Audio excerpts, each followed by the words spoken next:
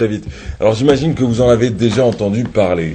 Ça fait, je dirais pas tabac ni ravage parce que c'est pas dans le même sens, mais ça fait beaucoup parler et ça parle beaucoup de ça. C'est sauver bébé Manil, c'est avec cet élan de solidarité. On va en parler d'ailleurs ce matin. On va revenir un peu sur bébé Manil parce qu'on retrouve cette communication et on retrouve plein de pages, plein de propositions de pages, plein de propositions d'événements qui ont trait à cette. Je sais même plus si on peut dire événement ou autre. Alors on va d'abord vous présenter Monsieur Mouloud Blidi. Vous êtes le papa du bébé. Je suis le papa du bébé. Et vous, d'ailleurs, son nom est devenu bébé Manil. Exactement, court, hein, je suis devenu papa Manil. Donc, vous êtes le papa Manil. Alors Mouloud Blidi, comment expliquez-vous que le cas Manil fasse autant de bruit aujourd'hui? Je dirais que le cas Manil a été probablement l'un des premiers à utiliser les réseaux sociaux. Oui. En fait, j'ai été à l'origine du lancement de cette, ce qu'on qualifiera de campagne, mais c'est pas vraiment dans ce sens. J'ai lancé cette opération suite à certaines circonstances que j'ai rencontrées et qui m'ont poussé à devoir et à vouloir communiquer le cas du bébé Manil, qui est un petit peu un cas assez spécifique. Ça, on y revient dans quelques instants, mais pour ceux qui sauraient qui est Manil, de quoi souffre Manil exactement, êtes-vous surpris par cet élan de solidarité? 14 000, je dirais 14 000 soutiens déjà sur votre page Facebook, pour ne pas dire 14 000 fans, 14 000 soutiens. Alors il y a des blogs qui en parlent, il y a la presse qui s'est mise aussi, qui est mise, El Khabar, El Bilad, Jazair, El Watan. Il y a aussi Shuruq aussi qui exactement. Il y a la presse en ligne.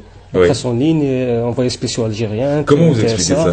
Écoutez, êtes-vous surpris déjà par rapport à ça? Je suis surpris par l'ampleur de l'élan qu'on constate depuis une dizaine de jours. Il faut savoir qu'il y a une quinzaine de jours, on était 800. Donc, en 15 jours, on passe à 14 500 actuellement. L'élan est très important. Nous avons 20 pays dans cette affaire-là. Nous avons 20 comités de soutien dans chaque pays. Nous avons des gens qui sont en train d'activer en Irlande, en Italie, aux États-Unis. Vous avez des comités de soutien effectivement dans plusieurs pays du monde. En Mauritanie, au Canada également. Au Canada, donc il y a des comités de soutien qui se constituent. C'est des gens bénévoles. Il faut savoir que 99% de ceux qui nous aident, nous les connaissons à travers les réseaux sociaux. Donc on est passé de ce que les gens appellent virtuel, mais qui n'est pas virtuel. Ce n'est que l'instrument qui change en fait. Alors, on va vous appeler Papa Manil, hein, parce qu'en fin de compte, c'est le nom qui vous colle le mieux, et c'est pour la bonne cause. Sauver bébé Manil. Alors, parlez-nous un peu du cas Manil. Qu'a-t-il en fin de compte? De quoi souffre-t-il au jour d'aujourd'hui? Alors, Manil souffre d'une maladie héréditaire assez rare, mais dont les victimes ne sont pas rares, qui s'appelle le SCID. Le SCID, c'est en anglais, mais en français, on appelle le DICS, le déficit immunitaire combiné sévère. C'est une maladie héréditaire qui est transmissible dans notre cas au bébé de sexe masculin. Et Manil a perdu son frère en 2010. J'allais vous dire, avant le cas Manil, il y a eu le cas Zaki, qui est décédé en 2010. Exactement, il est décédé en 2010 des suites de cette maladie. En fait, nous ne connaissions pas, nous n'avions pas posé le diagnostic. Alors, quels ont été les premiers signes? Qu'est-ce qui vous a amené à aller en fin de compte faire explorer votre enfant? Il développait des signes qui étaient analogues à la bronchiolite. Donc on traitait ça et ça ne donnait pas de résultat. Il y avait de la température constamment pendant une vingtaine de jours. Elle ne voulait pas descendre. Il y avait quelques signes cutanés qui commençaient à se développer, des nodules sous-cutanés. Ça m'a inquiété et j'ai décidé de consulter dans un CHU, un grand CHU. Vous êtes parti à Bnimsous? Pas Bnimsous. Bnimsous, c'était Manil. On est parti au CHU de Bab el Oued. CHU de Bab el Oued pour le Kazaki. Exactement. On a fait une exploration. Ils ont décidé de l'hospitaliser et de faire des analyses au niveau de l'Institut Pasteur. Malheureusement, avant que les analyses ne reviennent, il y a eu un début de curation, si vous voulez. On lui a injecté du sang pour traiter une anémie chronique. Et ce sang n'était pas traité. Il n'était pas filtré. Et dans le cas d'un déficit immunitaire...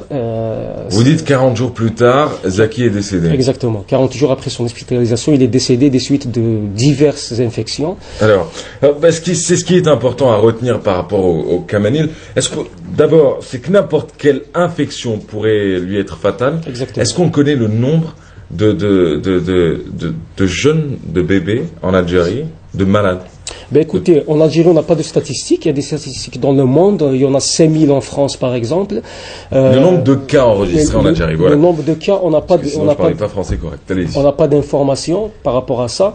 Moi, je sais que, par exemple, la Bab el-Oued, avant le décès de Zachary, j'ai discuté avec des médecins. Je sais qu'ils en reçoivent jusqu'à une quinzaine par an. Oui. Et que tous décèdent des suites d'infections et de défauts de soins.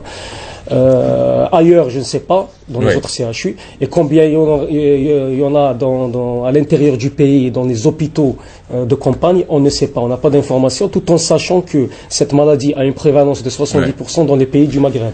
Manil a quel âge aujourd'hui? Manil a 7 mois. À 7 mois. Voilà. Au jour d'aujourd'hui. Alors, on va revenir peut-être sur sa prise en charge. La CNAS a accepté.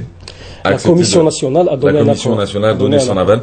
Et là, il y a un souci au niveau des hôpitaux français. Exactement. La déontologie, on l'a mise de côté de ce côté-là. Chez les Français, il y a une histoire d'un payé ou pas payé ou un truc du genre. Exactement. En tout cas, la CNAS a accepté. Alors vous décidez et vous dites, je ne suis pas fataliste, je ne me plierai pas à ce qui se passe. Le destin, c'est quelque chose de très vaste. C'est à nous de décider de notre avenir. Et vous avez décidé tout simplement de communiquer sur Manil, d'aller sur Facebook, d'aller sur plusieurs sites internet, d'écrire sur les blogs, d'aller vers la presse, d'aller vers la radio, d'aller vers la télé, et puis vous organiserez très prochainement un concert. Exactement. Alors votre but, c'est tout simplement de recueillir 200 000 euros pour payer une prise en charge, qu'on ne pose pas de questions, qu'on prenne en charge Manil, qu'on lui fasse cette greffe. C'est ça. Bien, très bien. Alors, Manil, il faut savoir que le seul moyen de le sauver, c'est de lui faire une greffe de moelle osseuse. Ouais. La moelle osseuse va être donnée par sa sœur Manel, âgée de 5 ans. Donc, il n'y a pas de problème de compatibilité. Qui est compatible à 100%. Ils sont HLA identiques, pour reprendre les termes médicaux.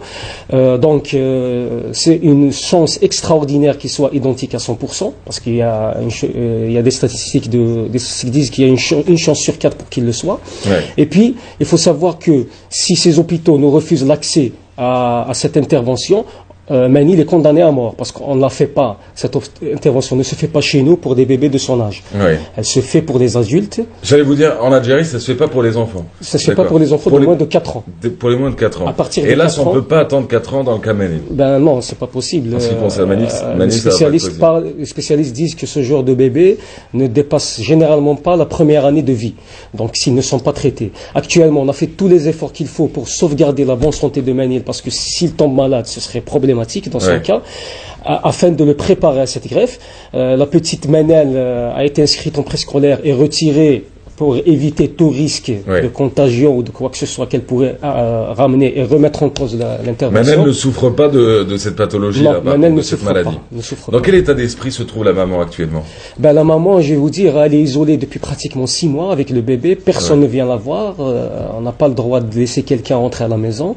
Elle est en complète isolation. De quoi est fait votre quotidien en fin de compte? Volets fermés, fenêtres fermées, nettoyage plusieurs fois par jour, pas de visite. La maman a arrêté de travailler parce qu'elle doit s'occuper à 100% du bébé. Elle est constamment, je peux vous dire qu'il n'y a pas une demi-heure dans la journée où elle n'est pas avec lui. Si vous avez le nez qui coule, vous rentrez pas chez vous? Ah ouais, je rentre pas. Moi, si j'ai le nez qui coule, je vais chez le copain. Donc, c'est clair, hein, c'est clair. Aujourd'hui, vous avez organisé il y a quelques jours, vous avez organisé un dîner. C'était au centre commercial de Babzouar, au Havana Café. Havana Café. Alors, comment ça s'est passé? J'ai été surpris. Avancé de ce côté-là? Oui, j'ai été surpris par l'affluence. On a reçu quelques 600 visites. Oui. Des gens qui sont venus voir, des gens qui sont venus me rencontrer, des gens qui sont venus faire un don, des gens qui sont venus dîner pour connaître la cause. Et puis des gens qui se connaissent sur le réseau social et qui sont venus se connaître en réalité. Donc nous avons pratiquement un soutien total pour la cause de bébé Manil. Et je suis optimiste pour la suite des événements qu'on est en train d'organiser, y compris. Vous avez l'espoir? Oui, moi je suis. Vous gardez l'espoir jusqu'au bout? Je garde espoir jusqu'au bout. En tout cas, on espère que ça va marcher. En tout cas, ce qu'on espère surtout, c'est que soit ça se débloque au niveau des hôpitaux français, car faut rappeler que la prise en charge a été acceptée par la CNAS, même si bon, il y a après un souci entre les hôpitaux et la CNAS, ça c'est un cas déontologique et c'est un cas d'éthique. Les enfants ne doivent pas payer le prix de ce côté-là. Et puis, sinon, j'espère que vous allez quand même réunir cette somme-là, même si c'est quand même énorme. Hein. On parle de plus de 2 milliards de centimes. Exactement. 2 milliards de centimes. Ça, il n'y a que la bouche qui pourrait dire. On a rappelé le foum, les golins.